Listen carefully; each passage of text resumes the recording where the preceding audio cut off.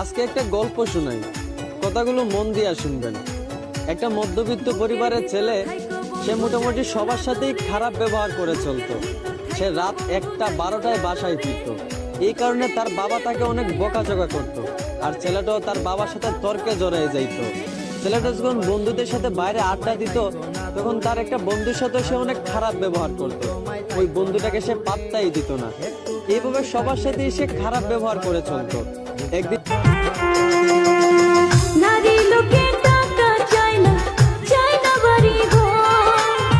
ভালোবাসা পাইলে নারী থাকে জীবন ভর।